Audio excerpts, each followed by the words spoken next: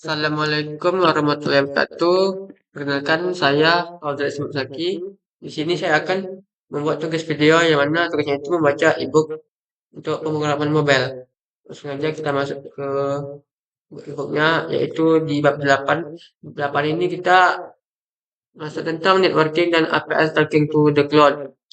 Nah, yang pertama itu Asynchronous Cloud JavaScript Writing for the Pizza. Di dunia pemrograman ada dua cara utama untuk mengeksekusi perintah, synchronous dan asynchronous. Secara default, JavaScript adalah bahasa yang sinkron dan single threaded, yang artinya dia hanya bisa melakukan satu hal dalam satu waktu. Seperti kasir di minimarket yang melayani pelanggan satu persatu.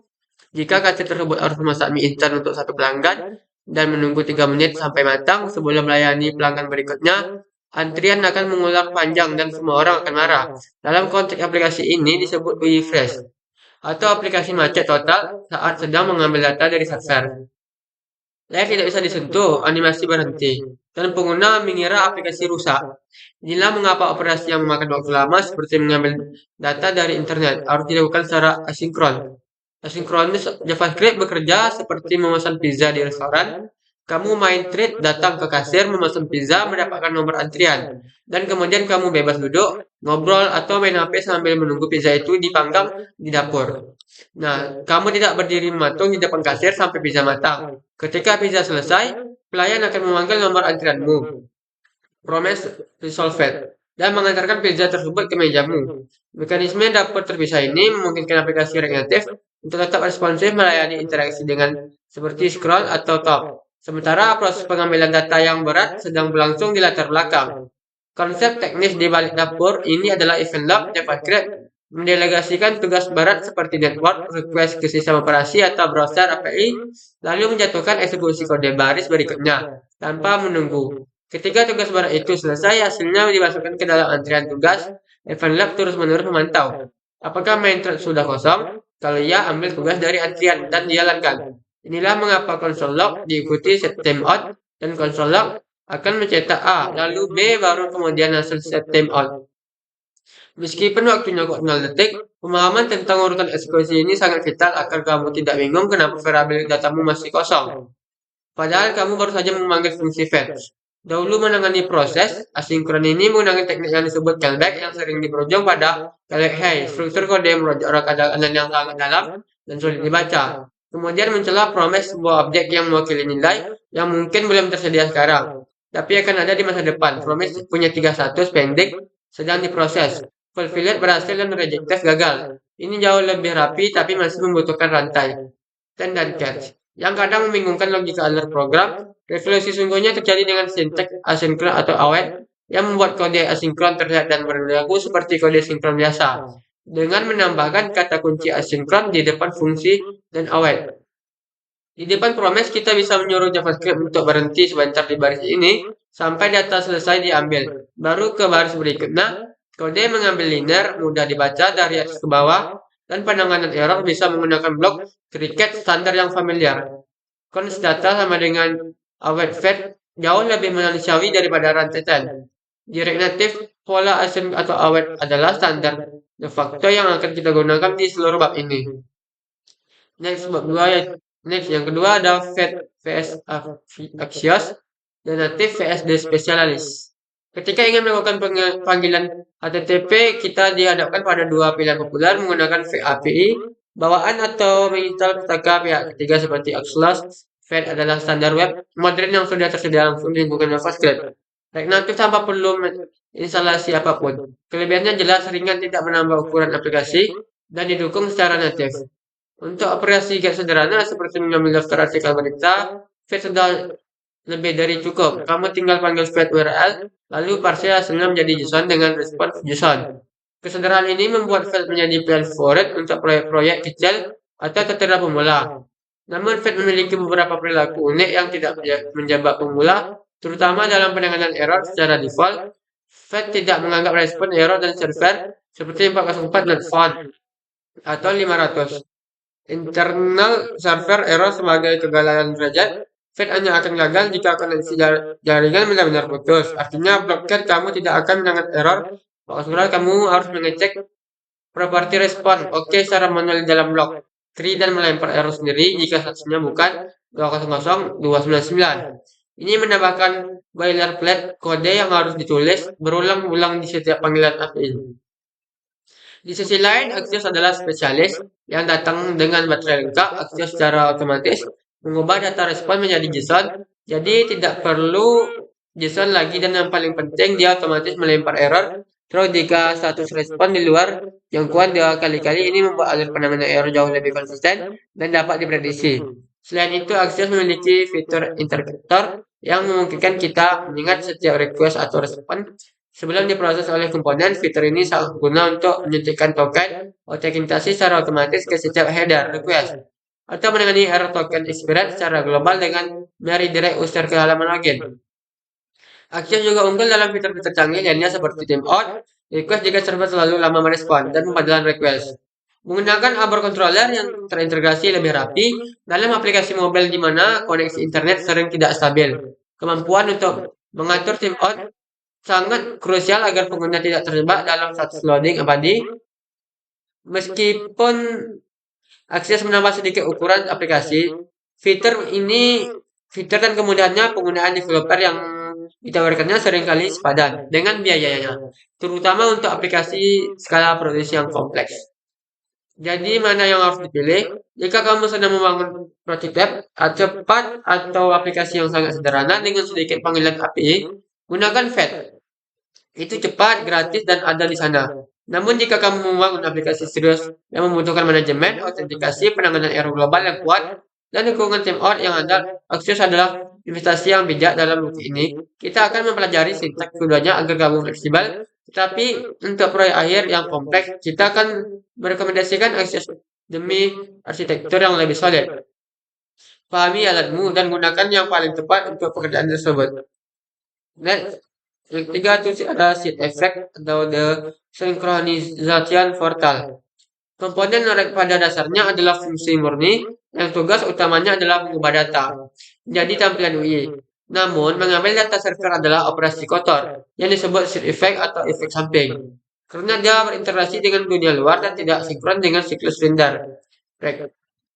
Kita tidak boleh menaruh code effect langsung di dalam tubuh komponen utama karena itu akan memicu request berulang kali setiap mendetek saat komponen dirender ulang. Untuk menangani operasi berbahaya ini dengan aman, Rek menyediakan hook khusus bernama user effect. User effect bertindak sebagai portal yang memungkinkan kita menyinkronkan komponen kita dengan sistem eksternal seperti API server. Hook ini menerima dua argumen, sebuah fungsi efek tempat kita menandai kode effect dan sebuah array dependensi. Array dependensi ini adalah kunci sakti yang memberitahu Rek kapan efek tersebut harus dijalankan. Jika kita memberikan array kosong, itu berarti jalankan efek ini hanya satu kali. Saat komponen pertama kali muncul, ini adalah pola standar untuk mengambil data awal halaman, mirip dengan komponen Deadmon, direct tidak klasik zaman dulu. Namun, array dependensi yang sangat menjadi sumber bug paling umum bagi pemula, terutama yang menyebabkan infinite loop. Jika kamu lupa menyertakan array dependensi, efek akan dijalankan setiap kali komponen dirender. Dan karena biasanya setelah fake data memanggil state berubah memicu merender ulang, memicu efek lagi, fake lagi, set lagi, render ulang lagi, dan seterusnya sampai server meledak atau kuota APL habis. Selalu pastikan kamu memberikan area dependensi dan isi area tersebut dengan variabel yang benar-benar memicu perubahan data. Misalnya user ID. Jika kamu ingin mengambil data ulang saat ID user berubah, tantangan lain dalam menggunakan user effect untuk data fetching adalah masalah race condition. Bayangkan skenario ini pengguna mengklik tombol profil A, lalu dengan cepat mengklik profil B, request untuk A dikirim, lalu request untuk B dikirim. Karena kondisi jaringan tidak tertentu, bisa jadi respon untuk B datang duluan, baru kemudian respon A datang belakangan. Akibatnya UI menampilkan profil B, tapi tiba-tiba ditimpa oleh data profil A yang terlambat sampai. UI menampilkan profil B, tapi datanya profil A. Untuk mengatasi ini, kita perlu menggunakan fitur clean up function di user effect untuk membatalkan request sebelumnya jika komponen sudah berubah, atau di onmount memastikan hanya data dari request terakhir yang relevan yang ditampilkan. Selain itu, karena fungsi dalam user effect tidak boleh berupa fungsi action secara langsung, Karena user effect menghasilkan return berupa fungsi clean up, bukan promise. Kita harus menggunakan trik kecil ini mendefinisikan fungsi ancient terpisah dari dalam user effect, lalu memanggilnya segera pada user effect. Akan sering kamu lihat dan tulis, meskipun terlihat agak bertele-tele, ini adalah cara Red menjaga konsistensi perilaku Fox-nya. Kesimpulannya, user effect adalah jembatan vital antara UI yang sinkron dan data yang asinkron menggunakan dengan benar, membutuhkan pemahaman mendalam tentang siklus hidup komponen dan referensi variabel. Jangan takut melakukan kesalahan di awal. Infinite loop adalah ritus peralihan bagi setiap developer Rek. Yang penting adalah belajar mendiagnosisnya dan memperbaikinya dengan mengatur dependensi yang tepat. Ketika dua kasa user effect memberikan kekuatan untuk membuat aplikasi yang dinamis dan selalu terbarui. Next, yang keempat, server state management atau enterprise state query. Saat aplikasimu berkembang di proyek latihan menjadi aplikasi nyata, kamu akan menyadari bahwa menyimpan data server di dalam use state lokal memiliki banyak keterbatasan. Data yang server memiliki sifat yang unik, dia disimpan di tempat jauh yang tidak kita kontrol. Dia butuh protokol asinkron untuk mengambil dan memperbaruinya. Dan yang paling penting, dia bisa menjadi kadaluarsa setel kapan saja jika orang lain mengubahnya di database, mengelola status loading, error, chasing, duplication, dan background update secara manual menggunakan use effect dan use state akan menghasilkan kode boilerplate yang sangat banyak dan rentan bug. Ini yang disebut server state dan user state bukanlah alat yang tepat untuk ini.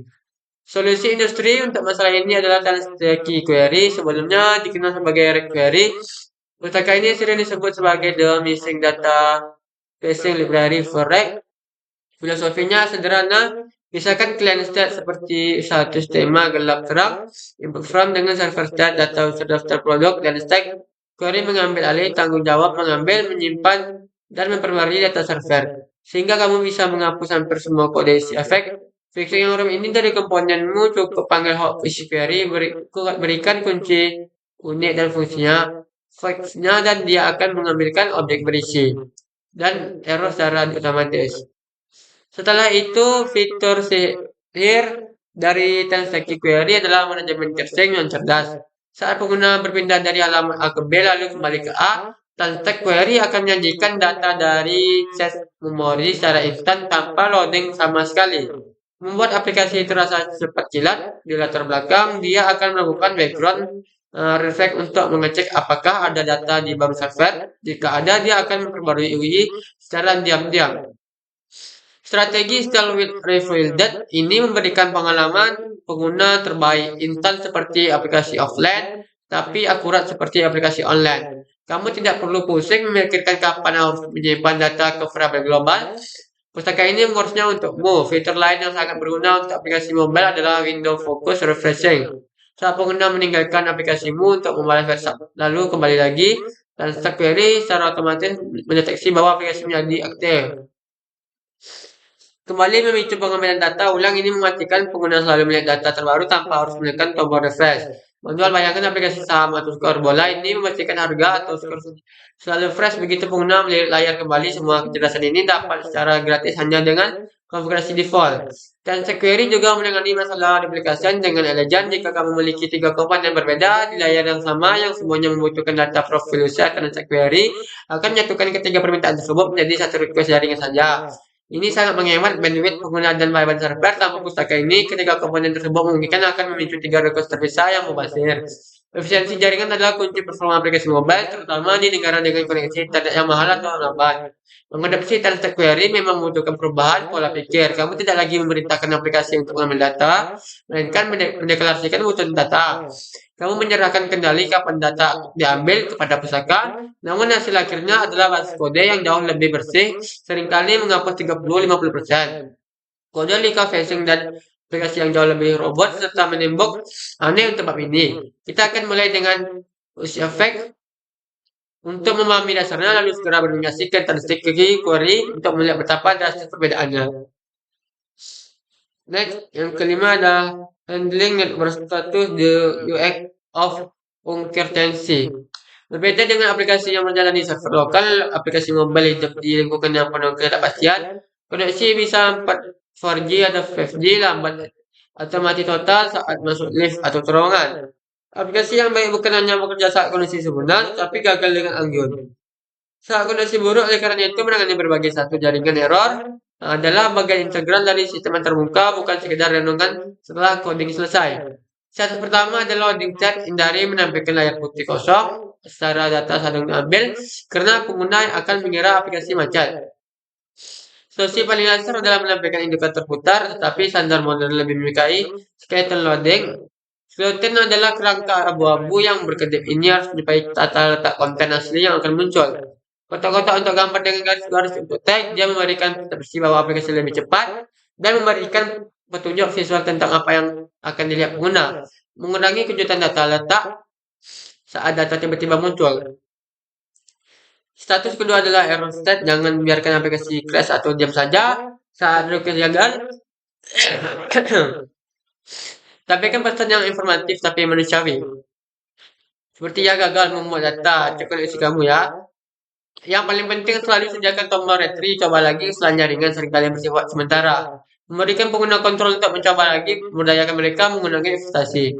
Komponen direct bisa digunakan untuk menangkap error yang tidak terduga di level komponen dan menampilkan UI cadangan agar seluruh aplikasi tidak mati total.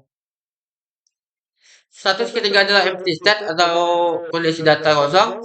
Seringkali developer lupa mendesain tampilan saat daftar data dari aplikasi data kosong. Tampilan layar putih kosong bisa membingungkan apakah ini masih loading atau error atau memang tidak ada datanya. Desainlah ilustrasi menarik atau teks yang jelas seperti bila mana data sini, yuk belanja dulu. Atau untuk melakukan unbranding atau mendorong pengguna melakukan aksi tertentu, mengubah jalan buntu menjadi peluang interaksi. Terakhir adalah offline tab. Reg Native memiliki pustaka net info yang memungkinkan kita mendeteksi status koneksi internet. Secara real time, aplikasi yang hebat akan menampilkan indikator cell yang memberitahu kamu sedang offline dan memungkinkan menaktifkan tombol-tombol yang untuk interaksi server lebih canggih. Kita bisa menerapkan strategi offline pair di mana aplikasi tetap bisa menampilkan data lama dari chat lokal meskipun tidak ada internet. Pengguna masih bisa membaca konten yang sudah dimuat sebelumnya. Memberikan pengalaman yang seamless meskipun di dalam pesawat terbang. Mengelola keempat chat ini membutuhkan disiplin setiap kali kamu membuat fitur baru yang mengambil data. Tanyakan pandangan dirimu apa yang tampil saat loading, apa yang tampil saat reader, apa yang tampil saat kosong. Buatlah komandan request untuk loading, error, dan empty state agar konsisten di seluruh aplikasi. Ingat pengalaman pengguna dibentuk bukan aset, bukan saat semuanya berjalan lancar, tapi saat ada. Masalah aplikasi yang bisa menangani ketidakpastian jaringan dengan tenang dan informatif akan memenangkan kepercayaan pengguna. Next, yang keenam adalah integrasi keislaman The Defense Connection. Dalam bab 8 kita mempelajari bagaimana aplikasi menjadi hidup. Ketika terhubung ke internet, aplikasi yang offline seringkali terbatas fungsinya. Namun begitu, dia memanggil VPN tracking the cloud, dia mendapatkan akses ke data yang kecerdasan yang tak terbatas. Mekanisme teknis ini adalah metafora yang kuat untuk hubungan spiritual manusia dengan penciptanya. Dan satu ada API request dan konsep data. Dalam coding ini kita mengirim request permintaan ke server dan menunggu respon jawaban. Kita tidak bisa membaca server menjawab seketika, kita harus menunggu. Dalam Islam ini adalah analogi dari doa. Manusia adalah klien yang penuh keterbatasan dan Allah adalah server maha kaya. Al-Ghani yang memegang segala data dan rezeki. Dan apabila hamba-hambaku bertanya kepadamu tentang aku, maka jawablah bahwasannya aku adalah dekat, aku mengabulkan permohonan orang yang berdoa apabila dia memohon kepadaku. Quran Surah Al-Baqarah ayat 186. Sebagaimana VPI pasti mengambilkan status baik itu 200 oke, pending atau error. Allah pasti menjawab doa kita. Jawabannya bisa berupa pengabulan, instan, 200 oke, penundaan karena ada waktu yang lebih tepat, loading pending, atau diganti dengan yang lebih baik karena permintaan kita sebenarnya buruk bagi kita rilisan. Yang kedua ada asinkronnya dan hakikat tawakal. Kita belajar bahwa JavaScript bersifat asinkronus. Kita melakukan usaha memanggil fungsi lalu membiarkan proses itu berjalan ke latar belakang tanpa memotretkan blocking aplikasi sambil mempercayakan hasilnya kepada promes. Ini salah satu mencerminkan tawakal seorang muslim wajib berpikir mengirim request usaha terbaik. Namun setelah usaha dilakukan, dia harus menyerahkan hasilnya kepada Allah. Kemudian apabila kamu telah membulatkan tekad, maka bertawakallah kepada Allah. Quran Surah Al-Imran ayat 159. Jangan biarkan hidupmu fresh atau macet hanya karena menunggu hasil yang belum pasti. Setelah beraktivitas, uji pada responsif sambil menunggu ketetapan Allah. Promise, resolve, sifat, dan blocking dalam coding adalah bentuk digital dari keikhlasan menunggu takdir. Yang ketiga ada error handling dan husnuzan, ada prasangka baik. Terkadang API mengembalikan error 500 server error atau network error aplikasi yang tidak baik akan crash atau marah-marah. Melainkan menangani error tersebut dengan elegan, grateful handling, dan coba lagi nanti. Sikap ini mengajarkan kita tentang husnuzan berprasangka baik. Saat menghadapi kegagalan, keinginan kita tidak terpenuhi oleh musibah, datang error response. Kita tidak boleh putus asa. Boleh jadi kamu membenci sesuatu, padahal dia amat baik bagimu. Dan boleh jadi pula kamu menyukai sesuatu, padahal dia amat buruk bagimu. Quran Surah Al-Baqarah ayat 216. Seorang developer muslim memandang error bukan sebagai kegagalan akhir, melainkan sebagai informasi untuk memperbaiki diri atau tanda untuk mencoba jalan yang lain yang diridhoi Allah. Lalu disediakan blockade dalam coding dan dalam hati agar iman kita tidak standard expression. Selanjutnya ada rangkuman. Berikut ini adalah rangkuman inisiasi dari bab 8 networking dan APS itu The Club yang membawa cerdas cara aplikasi berkomunikasi dengan dunia luar. Yang satu itu ada asynchronous JavaScript. JavaScript cara default bekerja satu-satu harus single thread. Antivirus operasi jaringan wajib dilakukan secara asinkron di latar belakang agar ia tidak macet free saat menunggu data. Selanjutnya ada asynchronous await. Standar modern yang membuat kode asinkron terbaca rapi seperti kode biasa, menghentikan rantai, dan yang membingungkan. Yang kedua ada Fed VS Axios, bawaan VS Specialist, dua alat utama untuk memanggil API. Fed API ringan, gratis, dan bawaan aktif, cocok untuk aplikasi sederhana, tapi penanganan errornya manual. Axios petaka baterai lengkap, otomatis mengubah JSON, menangani error, dan punya fitur intelligentnya, serta timeout pilihan terbaik untuk aplikasi skala produksi. Yang ketiga ada use effect atau portal sinkronisasi, tempat aman untuk melakukan set effect pemain data. Dependency array kunci sakti untuk mencegah infinite loop. Tanpa array ini aplikasi akan memanggil API terus menerus sampai server meledak. Race connection, hati-hati request yang balapan, pastikan data yang disampaikan adalah dari request yang terakhir yang relevan. Yang keempat ada server tab menangani transcript query, tinggalkan use tab tambah use effect. Manual untuk data server yang kompleks. Kalian VS Server tab pisahkan data UI dengan data server. Dan stack query dan missing library yang mengurus caching background, effect, dan deprecation secara otomatis aplikasi terasa instan karena membaca chat dulu. Yang kelima ada handling network. Status ketidakpastian aplikasi mobile hidup di jaringan tidak stabil. 4 status wajib, jangan biarkan layar putih, desain tampilan khusus untuk loading, error, empty, dan offline. File virtually, aplikasi yang tidak baik bukan yang tidak pernah error, tapi yang menangani error dengan sopan dan informatif. Next, selanjutnya ada evaluasi komunikasi sudis aplikasi krisis. Nah, sampai di sinilah yang saya bacakan. Lebih kurang saya mohon maaf. Saya akhiri dengan wabillahi taufiq hidayah. Assalamualaikum warahmatullahi wabarakatuh.